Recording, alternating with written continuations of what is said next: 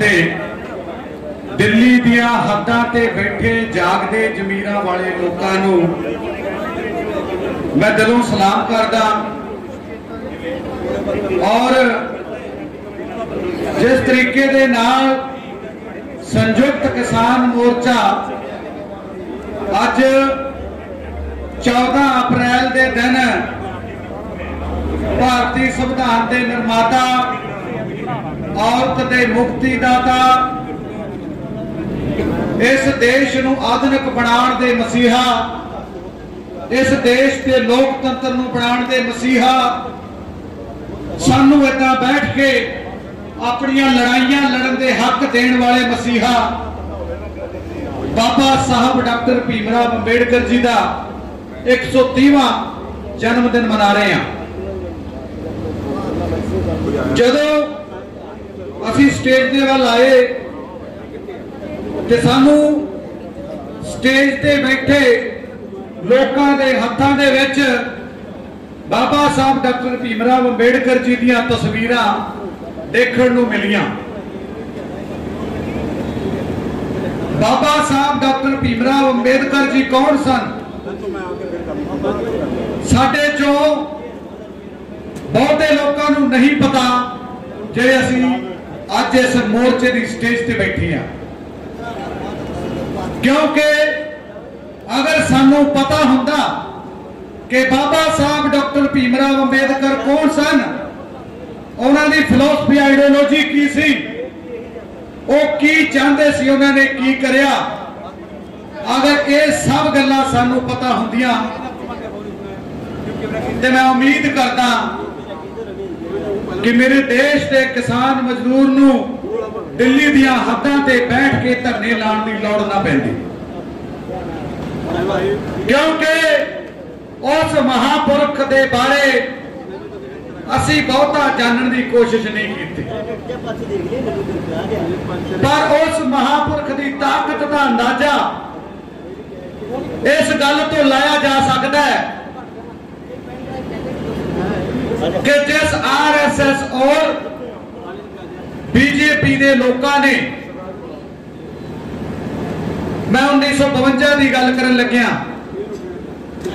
RSS के लोगों ने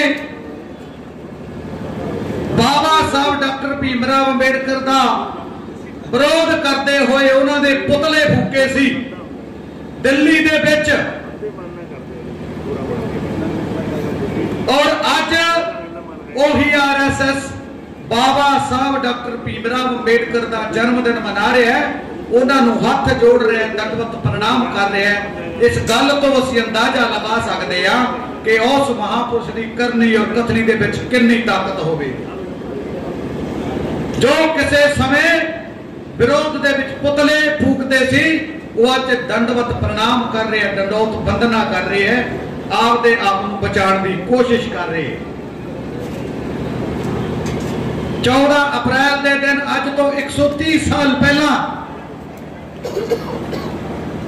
अछूत लोकां दे घरां दे विच, जिन्हां नूं लोग हथ भी लाना पसंद नहीं करते सी, जिन्हां दी परछाई तो भी लोग डरते सी, उस घर दे विच एक बच्चा पैदा हुंदा है जिहदा नाम भीमराव रखिया जाता है।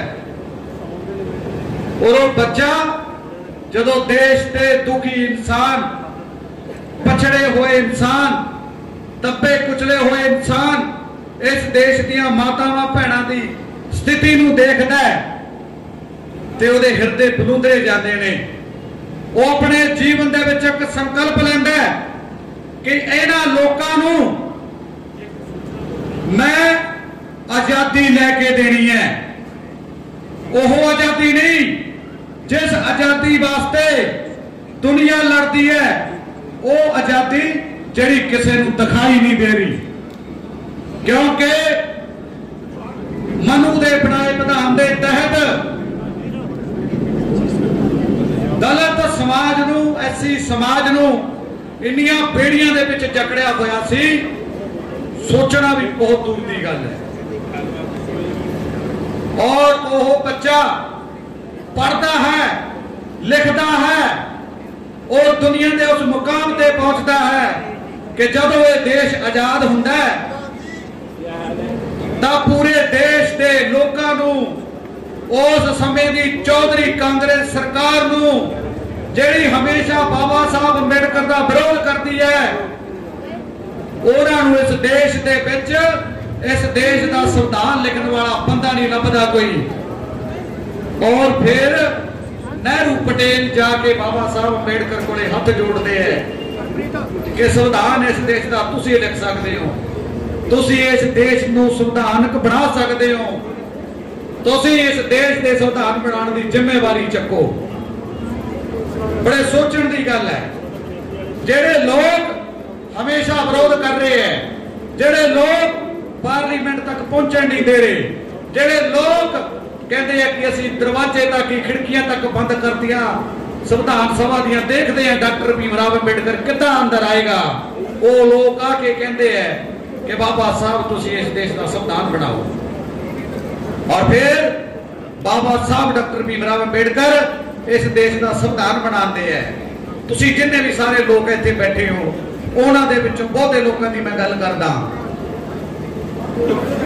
तुसीं जानदे होवोगे या तुसीं इन्हां गल्लां नूं सुनिया होएगा या तुसीं इन्हां गल्लां नूं पुੱਛ पड़ताल कर सकदे हो। तुहाडे चों बहुते लोग बैठे ने जिहड़े अज जमीनां दे मालक ने, जिन्हां दे रजिस्टरियां उन्हां दे नाम ते ने। पर मैं एक सवाल खड़ा करदा कि बाबा साहब डॉक्टर भीमराव अंबेडकर के संविधान बनने तो पहला 26 जनवरी 1950 जिस दिन इस देश का संविधान पास होता, उस तो पहला की तुहाडे नाम रजिस्टरियां होईयां? तुहाडे नाम रजिस्टरियां नहीं सी, जमीनां तुहाडे नाम नहीं सी, तुसीं बीजदे जरूर सी पर तुसीं उन्हां जमीनां दे मालक नहीं सी। उन्हां जमीनां दे मालक तुहानूं किहने बनाया? उन्हां जमीनां दे मालक बाबा साहब डॉक्टर भीमराव अंबेडकर दी कलम बनाती है। जदों वो कलम चलती है, वो कलम तुहाडे नाम तुहाडीआं रजिस्टरियां दे तुहाडे अधिकार लिखती है। जदों तुहाडे अधिकार तुहाडे नाम हुंदे ने, उदों वो रजिस्टरियां तुहाडे नाम हुंदियां ने, उदों तुसीं उन्हां जमीनां दे मालक बनदे हो जिन्हां जमीनां दे उपर अज तुसीं खेती करदे हो और बहुता अन्न उगाते हो। बाबा साहब डॉक्टर भीमराव अंबेडकर की अगर मैं गल करा तो वह कले दलितां दे लीडर नहीं सी। अगर बाबा साहब डॉक्टर भीमराव अंबेडकर की गल करा तो पिछड़ियां दे लीडर नहीं सी, वो इस देश के लीडर सी जिन्हां ने इस देश नूं भारतीय रिजर्व बैंक दिता। तुहानूं गल्लां नहीं पता होणगीआं बहुतियां, जिन्हां ने इस देश नूं भाखड़ा नंगल डैम दिता, जिन्हां ने इस देश नूं संविधान दिता, जिन्हां ने इस देश नूं गणतंत्र बनाया, जिन्हां ने इस देश के प्रॉब्लम्स ऑफ रुपीस के नाम की बुक लिख के इस देश नूं जदों पैसे दी दिक्कतां आउणगीआं, दिक्कतां चों किवें निकलेगा देश, बहुत सारियां गल्लां लिखियां। बाबा साहब डॉक्टर भीमराव अंबेडकर जी दे लिखे होए 21 वॉल्यूम ने, जिहड़े तुसीं पढ़ोगे तां तुहानूं उन्हां दी विद्वता दा अंदाजा होवेगा। आखिर दे विच मैं आपकी गल समोचदा होया मैं एक गल जरूर कहांगा कि बाबा साहब डॉक्टर भीमराव अंबेडकर जी नूं अज तुसीं उन्हां दा सन्मान कर रहे हो, उन्हां नूं शरधा दे फुੱਲ अर्पित कर रहे हो, पर मैं बेनती करांगा कि सिर्फ वो फोटो देखण और माला फुੱਲ पाण दे लायक नहीं ने, वो पढ़न दे लायक ने। बाबा साहब डॉक्टर भीमराव अंबेडकर एक खुली किताब ने, जदों असीं उन्हां नूं पढ़ांगे फिर सानूं उन्हां दी विद्वता महसूस होवेगी। अज दा दिन ही नहीं है कि 14 अप्रैल है और असीं बाबा साहब नूं याद करना है और उस तो बाद भुल जाना है। बाबा साहब डॉक्टर भीमराव अंबेडकर उन्होंने पढ़ोगे जदों तुसीं, फिर तुसीं उन्होंने जानोगे, फिर पछाणोगे, फिर तुहानूं पता लगेगा कि बाबा साहब डॉक्टर भीमराव अंबेडकर कौन है। अज तक दे इस दुनिया दे विच सब तो पढ़े लिखे इंसान जिन्हां दे कोल 32 डिग्रियां, अज मैं इत्थे जिहड़े स्टेज ते बैठे ने बहुते मैं ज्यादा नहीं जानता, पर मैं यकीन नाल कह सकदा कि किसी को अज इस स्टेज ते या बैठे हुए लोगों के कोल किसी कोल 5 या 4 डिग्रियां नहीं होणियां। 32 डिग्रियां दुनिया दी यूनिवर्सिटियां, कोलंबिया यूनिवर्सिटी, ऑक्सफोर्ड यूनिवर्सिटी, जो टॉप लेवल यूनिवर्सिटियां, उन्हां यूनिवर्सिटियां तो 5 PhD पास बाबा साहब डॉक्टर भीमराव अंबेडकर। अज जिहड़ा एक PhD पास कर लैंदा उहदे पोतड़े किस जांदे है, पर वो 5 यूनिवर्सिटी 5 PhD पास। DSc बाबा साहब पास, DSc का 8 साल का सिलेबस लंदन यूनिवर्सिटी का, और बाबा साहब डॉक्टर भीमराव अंबेडकर 3 सालों के अपनी DSc पास करके इस देश के आ जाते हैं। आखिर के मैं गल कहूँगा, पैसा माफी चाहूंगा, मैं आखिर के एक गल कहूँगा, असी कनेडा भी जाना चाहते हैं।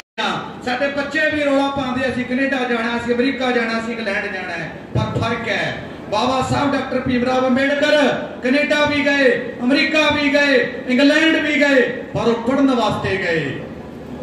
पर असीं और साडे बच्चे ਲੱਖਾਂ रुपया ला के कनेडा जाने की जिद करते, अमरीका जाने की जिद करते हैं, उत्थे दिहाड़ियां करने वास्ते। इस सरकार की नलैकी है, इस तंत्र की नलैकी है। पर इत्थे फर्क है, अगर असीं पढ़ने वास्ते बाबा साहब की सोच लैके असीं कनेडा अमरीका वाल जाने का मुँह करांगे तो असीं इस देश का कोई ना कोई भला कर सकते हैं, इस देश की गल कर सकते हैं, इस देश के लोकतंत्र को मजबूत कर सकते हैं। पर जदों तक असीं बाबा साहब को पढ़ांगे नहीं, बाबा साहब को जाणांगे नहीं, बाबा साहब को समझांगे नहीं, तब तक ये सारियां गल्लां बहुत दूर ने।